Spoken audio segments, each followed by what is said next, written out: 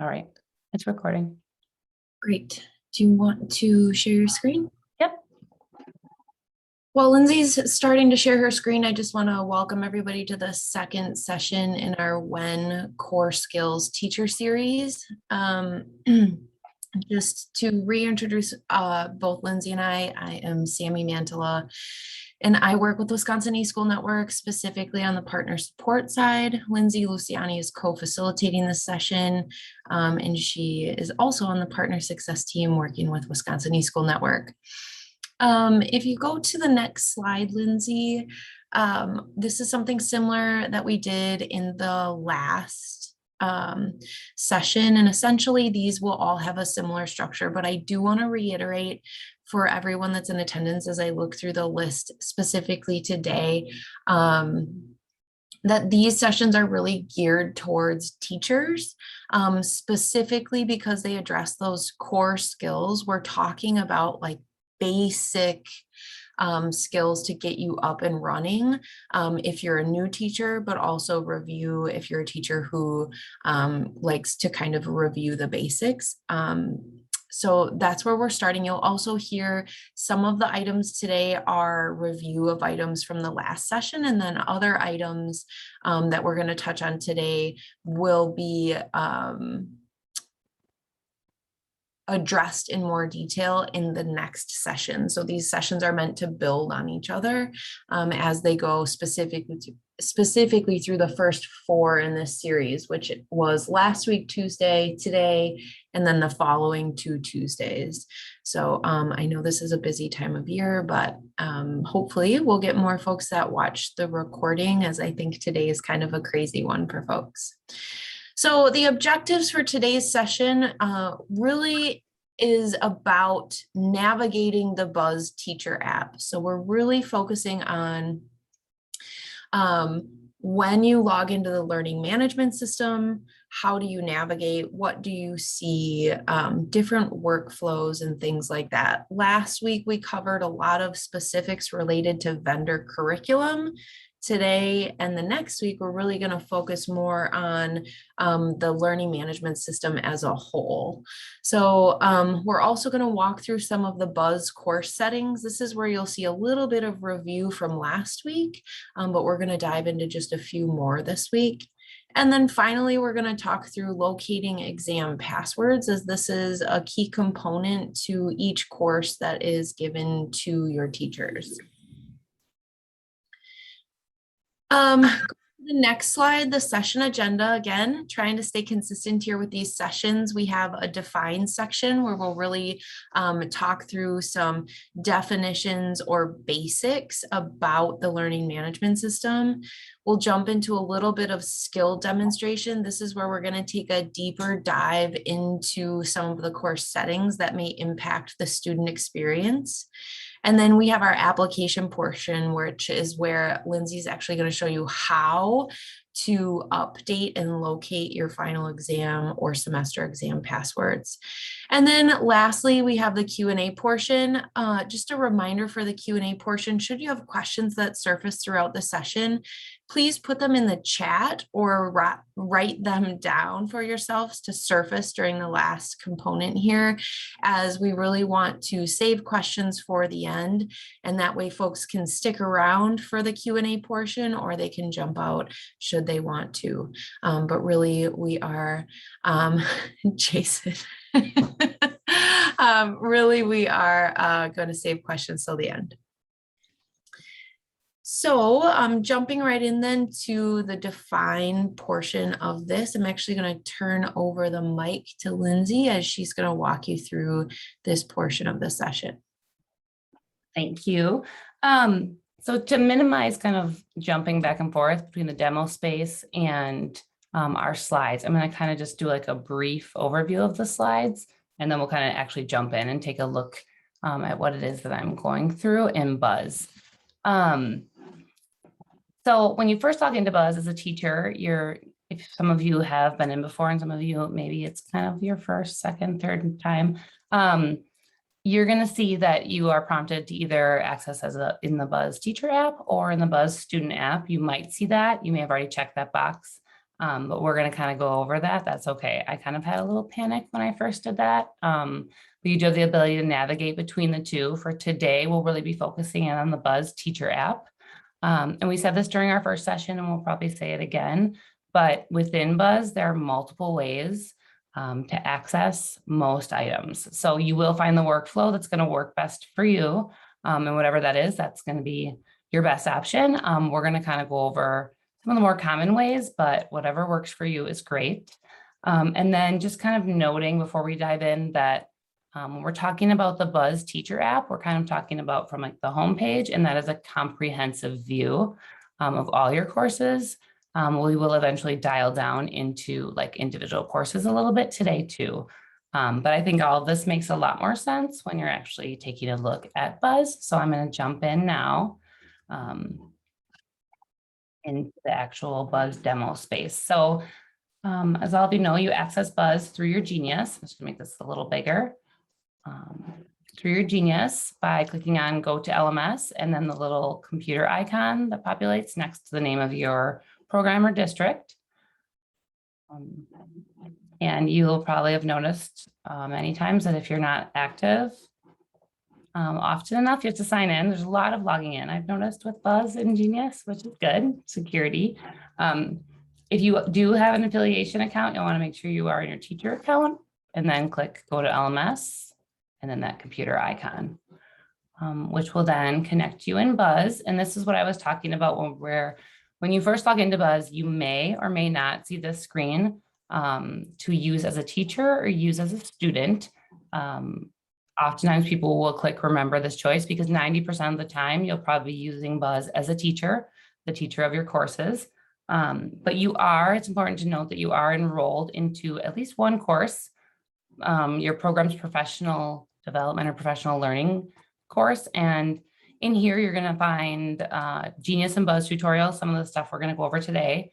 But the one important resource that we wanted to make sure we surfaced today was that within this curriculum vendor information file folder, you're going to see the FLVS global answer keys.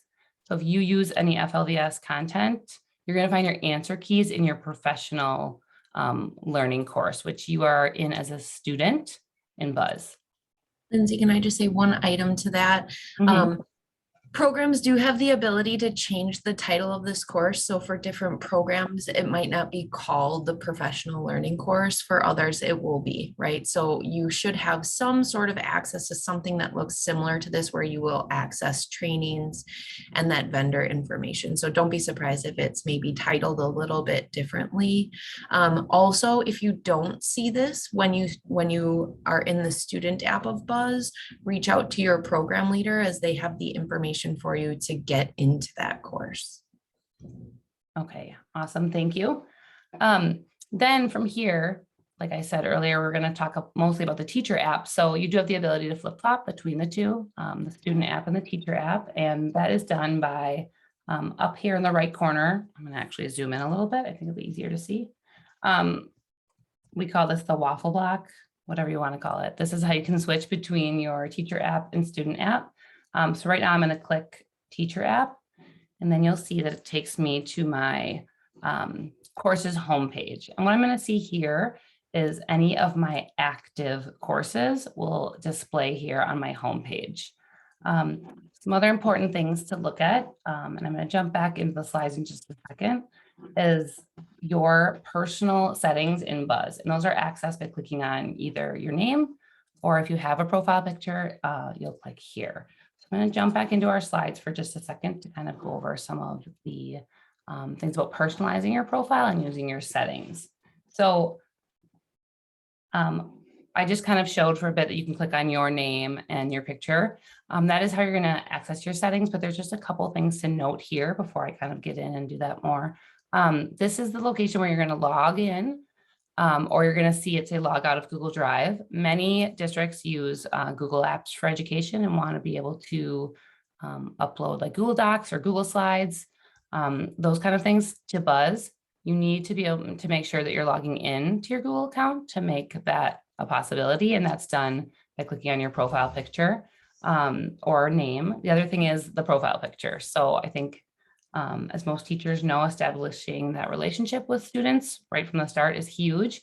And that's a great way to have students put like a face to a name, is to just add a profile picture. And it seems easy, but it can be, can make a difference. So those are some of the things we're going to look at in a second. And then this is also the space where you're going to be able to kind of customize your notifications from that you receive from Buzz in your email. So I'm going to jump back out again and go back into Buzz. And then we can kind of see what I was referencing here. When I click on this demo teacher's profile, I can see here it says log out of Google Drive. That tells me that I've logged in. So that's good. If you see log out of Google Drive, that means you've logged in and you've connected kind of your Google Docs and things to Buzz. So I don't want to log out, but I know that I'm already logged in. So that's a nice thing I can see there. Some of the other features here are like you can change the theme. If you wanted to, you can pick a different color. That just kind of changes the banner at the top. And then here's where you also can access your settings. You may also see like a email verification banner at the top. I do have one student. I wanted you to be able to at least see what that looks like. So I'm going to show you this one student that is not verified his email yet. When I jump into Buzz. So you may see like this goldish colored bar at the top. And what that does, it just says that I need to verify my email. So that's done in the settings. I can access the settings by clicking here or again on the profile name. And then it just asks for a code to be sent to the email. You just have to do this one time and then you've verified your email. So this code would come to this student's email and then you would click verify. So if you see that, that's why. Lindsay, one item to that. Yep. This may differ per program. Sorry, I'm going to sound like a broken record, but programs had the decision of whether or not they wanted to leverage the communication functionality in Buzz. For those that decided they want to, that's where that banner may appear. For those that disabled the functionality for communication in Buzz and are really leaning on Genius, that banner will not appear. And so if yours looks a little bit different, don't worry. It was probably purposeful. Yep. Thank you. So then from here, you can also go into your actual Buzz settings. And there are a couple things to point out here. So here's where you can add that profile picture to kind of personalize your courses a little bit. If you scroll down, you can see that there are notifications. We just really want to make sure that you're diligent about some of these notifications. So one important thing to note is that you have teacher notifications, and then there's another section that is student notifications. And it can be a little confusing. Like I could see how it would be easy to believe that like I'm going to get notifications about my students under the students area, but that is not how it works. So the student notifications relate to any course that you are enrolled in as a student. So like that professional learning course. Teacher notifications are anything related to the courses where you're the teacher. So if you're looking for information or notifications based on things your students turn into you, that would be under teacher notifications. It's just important to kind of be diligent about what you're checking here because you can and likely will get like inundated with emails from Buzz every time a student. So just knowing kind of like take the time to look through what some of these mean before you start checking everything, because then you get to the point where you're like, oh, I can't handle another email from Buzz. So then you don't see them at all. So just something to be aware of. And then another thing we want to make sure we point out is that this LTI privacy, we just ask that you don't change anything here because this is kind of what allows Genius and Buzz to communicate with each other. And we don't want to break that communication. So those are some of the things in settings that we think that people right away getting into Buzz should kind of be aware of. I'm going to go ahead and save that. Moving on, we're going to kind of take a look at some of these items that are just here on the teacher app homepage. Some of these kind of quick list items. So you'll see this needs grading area. Again, anything on the teacher app homepage is comprehensive. So if I would click on this needs grading, it's going to show me anything I need to grade in any of my courses, not for just one specific course, but any of my courses. And we'll get into this more in our next session on September 7th, more about grading and all of those. And in and outs, but just for today's purposes, we want you to understand that if you are on the teacher app homepage and you click on needs grading, it's going to be for everything across all of your courses. The same thing can be said if I click on this pancake and then I click on like communication, like announcements and such, which we'll get into in just a second. It's going to be announcements for all of my courses. You can definitely filter down, but just knowing that when you're accessing these things from the homepage, it's everything all together. Another good example of that is people. So I would click on people. You can see here, these are my students in all of my courses. And even though I have the same student multiple times, it will list him for every course that I have him in. So if I'm accessing the people tool, which again, we'll dive into more in another session from the teacher app, I've gone here, I'm gonna go right to the people tool. It's gonna show me all of my students, but if I would come into one of my courses and then click on people, it'll just show me the students for that one class. So you do have the ability to see kind of everyone all together or just for one specific class. Again, that kind of comes down to personalization and workflow based on what works best for you. Now I'm going to back up a little bit and go back to my home page. And then the other thing that you can access from here is this dashboard. This is kind of like, they're just like some quick analytics about your courses overall. It's kind of a quick snapshot if you're just wondering how things are going. So for instance, I can see the demo space. So some of my demo students are a little behind, but I have 6 active courses and 3 that have critical students. I have 4 active students that are completing work.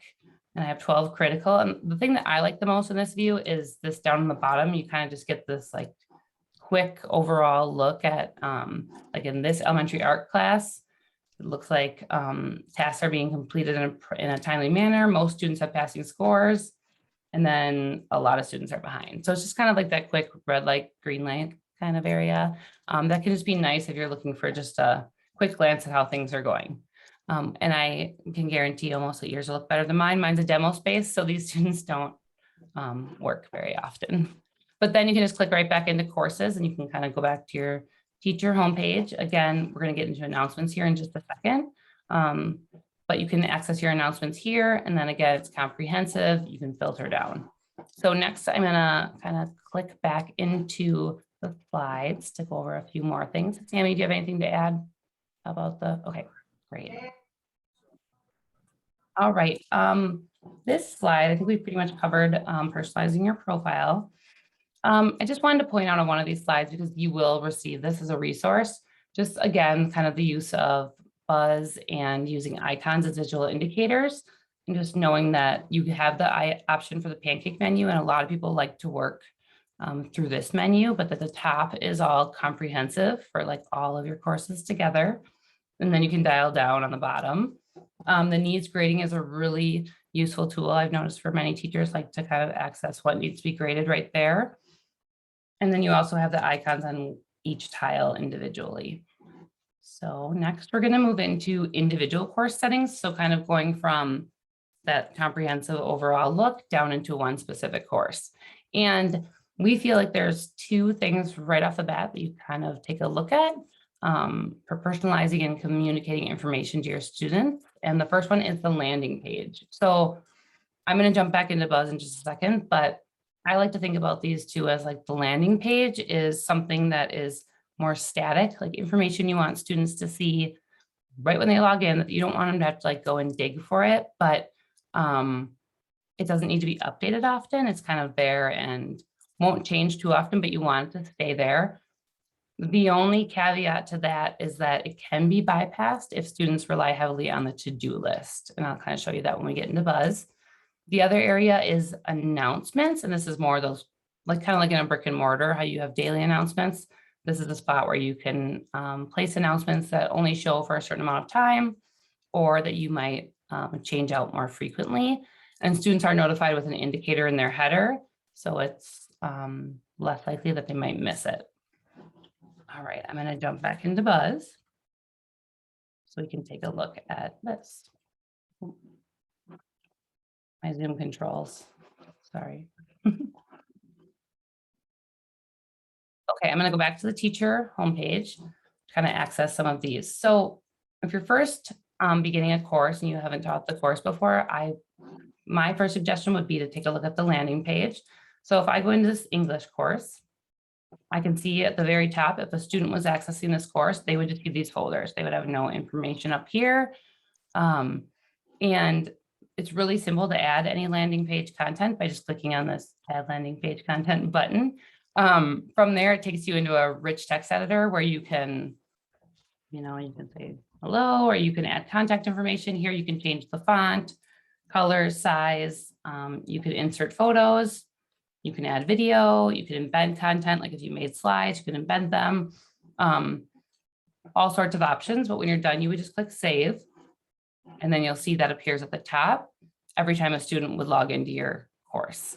I do have one where I have taken a little more time and created something, and that is this elementary art course. So you'll see I have my contact information for this demo teacher right at the top that students can see. Every time they kind of click on the tile itself, they'll see this before they can kind of scroll down and then see the folders with the content.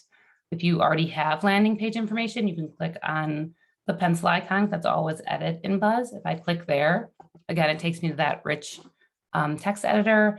And this was actually, I think I made this in slides and took a screenshot and then uploaded it as an image. But even looking at it, I was like, oh, that's pretty big. So you can, adjust the size, change things here for your students to see. But the contact information is something for me that isn't going to change. And I want students not to have to kind of dig through different folders to find this information. So I wanted to make sure that was at the top of my course for them to access in an easy way. So that is landing page information. It is kind of important to note, though, that if a student, so I'm switching back now to my student view, if a student is in this course or they click on it, they will see that landing page information here, like right at the top. But if they rely heavily on that to-do list, like I tried to point out before, they click here and then they access their assignments that they need to work on. I don't think I have any for the art class, but it will take them right into their assignments and they won't see that landing page. So just something to keep in mind if students rely heavily on that to-do list. Another area, I'm going to jump out of the student now, that is really nice for communicating with students that's more frequent or that you want to update more often is announcements. And this is announcements, but it's also the communication area. They kind of go together. The icon for announcements is this like speech bubble with an exclamation point. So you can access them here. You can click up here and then it just takes you to communication. Or you can click on the pancake and then go right to communication. It all funnels to the same space. So if I would click on this announcements, it opens up to communication anyways. And this is, again, a comprehensive view unless you filter down. So you can see I have one announcement here created for my elementary art course. To create an announcement, you would come up here to this speech bubble with the lines. And if you hover, it'll tell you what it is. This is a new announcement.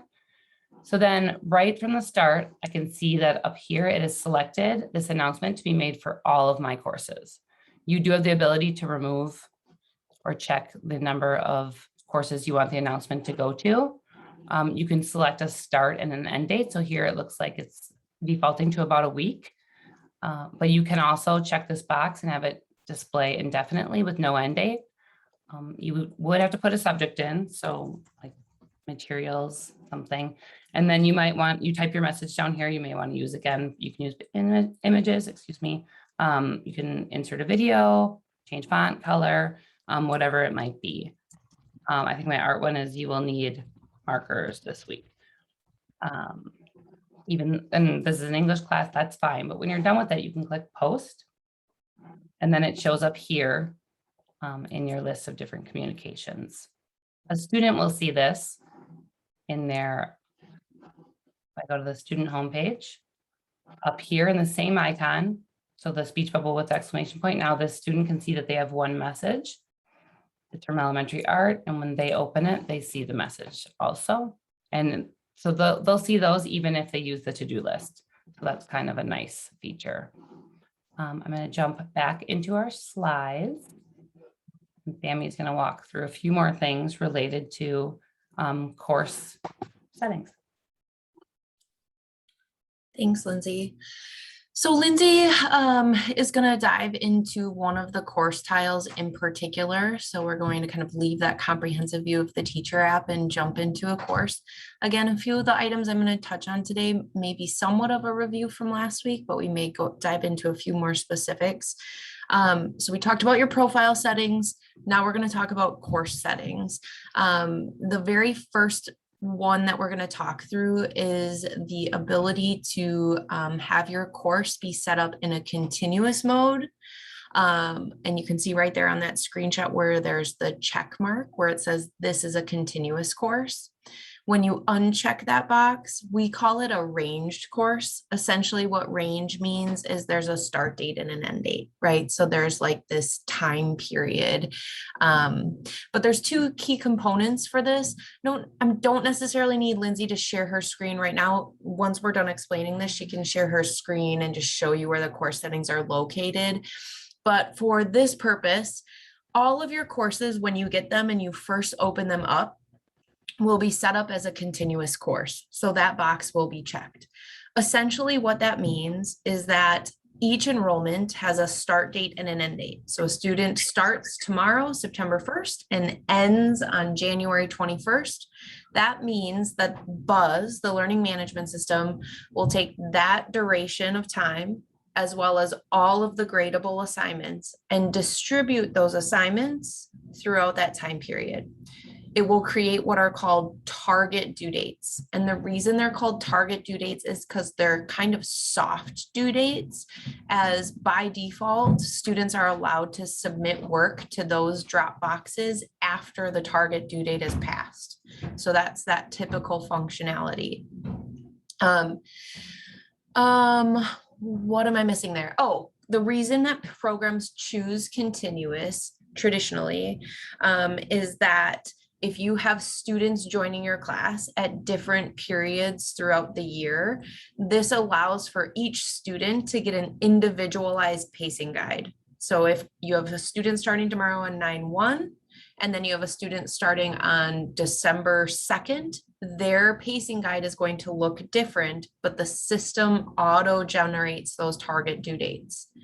One thing to note with the target due dates is that the system does take into account weight of assignments. So if you have an assignment that's worth 5 points and then you have a quiz that is, worth 100 points, the system's going to allot for more time for the student to complete the one worth 100 points versus the 5 points. So it does a lot of the work for you. So that's continuous mode. The opposite is range, and range essentially removes target due dates from the course. So it does not take into account those due dates. The teacher has to set due dates for every assignment in the course. So the teacher controls those due dates. And they're one size fits all. So if you have a student starting tomorrow and then you have a student that starts 2 weeks from now and 3 due dates have passed, it's going to look like the student that started 3 weeks from today has, multiple missing assignments. So they're a one size fits all. They're also by default hard due dates. So when I talked about earlier that by default you could submit past the due date.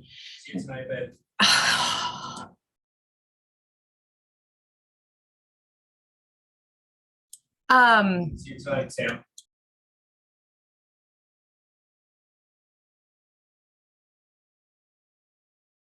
Sorry, that was my husband leaving for work, so apologies for that.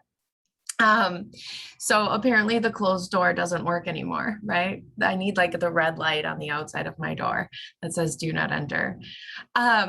So with the range for the due dates, they're hard due dates. So like I said, students by default cannot submit past that, but the teacher does have the ability to change that. There's a checkbox that they can just switch. That's like the main setting of courses. I think that's really important for teachers to understand when they first get their course. Lindsay, if you want to jump in and share your screen and just show where that's located, and then I'll walk through the few other course settings that are important to know. Okay. I'm going to head back into Buzz. And then now I'm back to that teacher homepage. I'm going to select a course. Elementary art. And then to access those course settings that Sammy's talking about, you would go to the editor view. So, and you can click the pencil here again. And then you'll look for the wrench icon. And the wrench, you can then, if you click on it, you'll see course settings. And then here is where she was talking about like the checkbox. See how it's checked as a continuous course. And then unchecking it would make it a range course. Thank you. Yep. And again, we touched on this a little bit last week, but it's one of those like key components. So we just want to keep reiterating it because when you make that change, it does impact so many other things for students that it's just important to keep that in mind.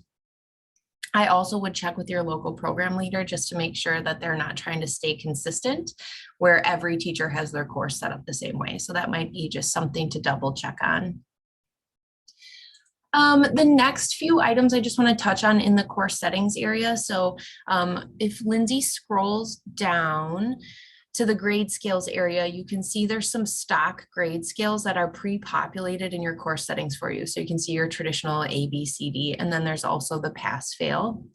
You can modify existing grade scales. So if you click on one, you can Yep, thank you. You can go in and make a change to this existing one, or you can add a grade scale similar to what Lindsay just did by clicking on add a grade scale. Again, a lot of these are set up pre-populated for you. So if she scrolls all the way to the top, you can actually see in the gradebook options at the top line there, there's a grade scale already selected for her. So that first grade scale is selected. So if you're going to create your own grade scale that aligns to your local program, you're going to also want to come here and then choose the grade scale from that drop down that you want to apply to the grade book. So Lindsay, just click on that drop down once. You can see multiple listed there. So if you would create your own, you would see it listed there as well. It's important to note that that course grade view where it says points, percentage, letter grade, and minutes spent is not impacting how students see their grade book.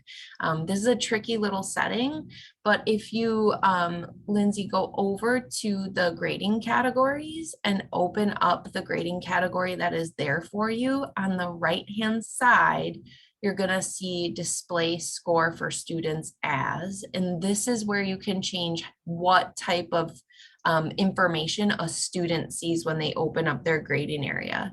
So in this case, it's percentage. You can add more than one. So if you wanted percentage and letter grade, you can check multiple, and then the students will see both the percentage and the letter grade. Go ahead and hit done there. The grading categories is an interesting thing. I don't typically recommend playing around with it too much if you're using vendor populated content.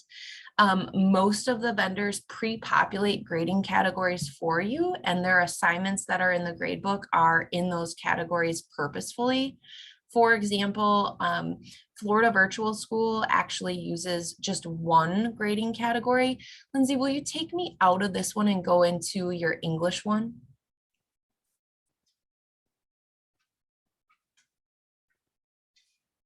Perfect. And the editor, yeah. The reason I'm having her navigate here is because this is a typical setup. So you can see there under grading categories, it's kind of weird to just see a question mark, but that's what they do. So all assignments are in that one grading category, and essentially it mimics like a total points-based system because everything is within that category. Other vendor content might have multiple categories that are weighted differently. For instance, they may have like a formative assessment, a summative assessment, and those have different weights. There's also instances where I've seen actually each unit has its own category and then is weighted like 25% of the overall grade. So weighting can get complicated, and we're not going to dive totally into that today. We're going to dive a little bit more into that next week when we really get into the grade book. But I just want you to know when you're going into the course settings, kind of what you're seeing here with grading core categories. When in doubt, similar theme to last week, leave it alone, right? Just see how it goes the first time around. Just a couple other things here. If Lindsay scrolls down, there are some settings we really don't want you to touch. One of them is if you scroll down, keep going, there you go. Yep, that enrollment completion where it says manual, that's really important to leave that as is. That allows the enrollment drop or completion to come from Genius, which is what you want. You don't want to be responsible for that. You want your local program leader to be responsible for completing or dropping the enrollment. And then the one also up just a little bit more, Lindsay, right there under when auto generating due dates. So this is that continuous mode. When your course is in continuous mode, this one we recommend leaving checked because it provides less time for that activities that require only viewing. So lesson content, it provides less time when generating due dates for those types of items. And then the last one would be blackout dates. So you can see in this course, there's a few blackout dates that are pre-populated. Typically, that means that your local program leader has decided to put in blackout dates that align to your local school calendar. And so those have been done for you, which means that the system will not assign those target due dates during those blackout dates. You do have the ability to add blackout dates. You can see that there on the bottom. We don't recommend adding your own blackout dates to the course if you already see blackout dates populated there. For example, if Lindsay would add a blackout date here, it's actually going to override those domain level blackout dates that your program has already pre-populated for you. So it's just one of those settings where you definitely want to check in with your program leader to see if it's something they want you to add or if it's something that they've taken care of as a whole to create a consistent student experience. Really, those are the course settings. So you don't have to touch them at all if you don't want to, but I wanted to give you just a little overview so that you didn't feel like you were driving blind when you clicked on those. And again, Lindsay has done a great job of putting all of this information in the slides. So if you forget anything we talked about today, when you get the email post this session, you'll be able to kind of review the information in the slides and recording. All right, and then lastly, before we get into our Q&A, we're just going to do our application piece, which is exam passwords. So I'm going to jump in just a second and kind of show you where you can find your exam passwords, but just a couple things to note right at the beginning, that when we're talking about exam passwords, we're talking about final exams or segment exams, so not midterms. So what that means is if you have a semester-long course, there's going to be a midterm and a final exam. The final exam is what will have the password. If you have a year-long course, so like Algebra 1, Semester 1, then you'll have like Algebra 1, Semester 2. Each segment, so Semester 1 and Semester 2 will have a segment exam, or they might call it a semester exam. So those will be password protected as well. Password protected just means that students won't be able to access the actual assessment or exam without that password, or it might be in some vendor cases, the folder that holds the final. And I'm going to show you that in just a second. Passwords are usually found in the settings for the assessment itself under advanced assessment options. And if you're using Middlebury or Pointville, those are found at the folder level. So I'm going to show you both. For statewide, there's a process that's outlined in our statewide playbook for passwords. But knowing where to find them is important. And then for local sections, you're going to have to lean on your local programs policy for how you're going to manage those student passwords. But every program kind of does it a little bit differently. I'm going to jump into Buzz then and kind of show you where you can find those passwords. So I'm going to go back out to my teacher app homepage so we can kind of see it from the beginning. But to find passwords, you'll go to the editor. For whichever course it is that you're looking for a specific password for. So I'm going to go to this reading and writing for purpose course. And then to get to the editor, I'm going to click on the pancake menu and then the pencil icon next to the word editor. And I'm looking for a final exam. So typically they're at the end. So I'll scroll down and I can see a folder that says final exam.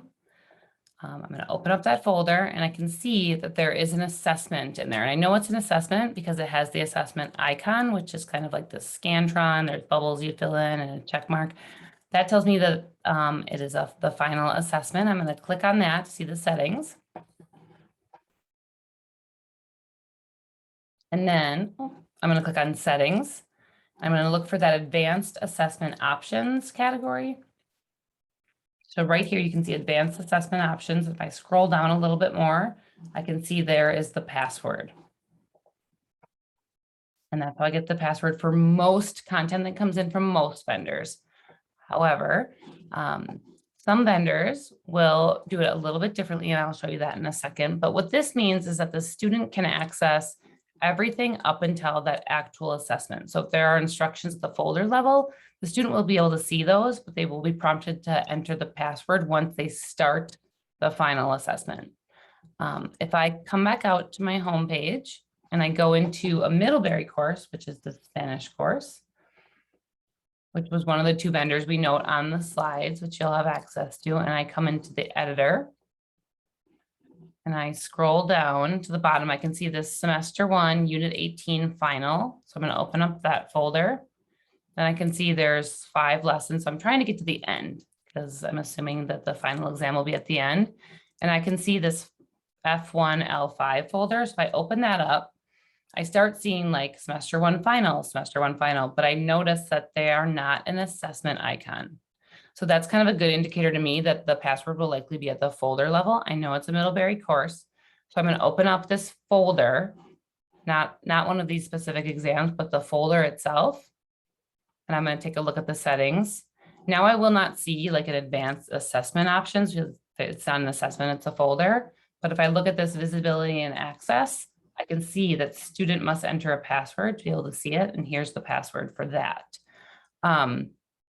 That does stop the student from even getting into that folder at all. They have to know that password before they can even open up that content. So that's kind of just one of those things where some vendors just do it a little bit differently. And that is where you can locate those passwords. Tammy, do you have anything to add on that? Okay, I'm going to jump back into the slides. That is pretty much the last thing that we wanted to make sure we covered today. Again, this will all be included in the resource that we're going to email out at the end of this session. You'll have access to, if I open it up, the slides that we shared with you today, as well as the recording, which I'll add here as soon as we're done. But then we have these skill tutorials linked out for you where instead of being like, you have to watch a full session of something, it kind of hones in on a specific skill and you'll have access to those. And those relate to kind of the things that we covered today. All right, I'm going to go ahead then and stop the recording so that we can take a look at some of our questions in the chat.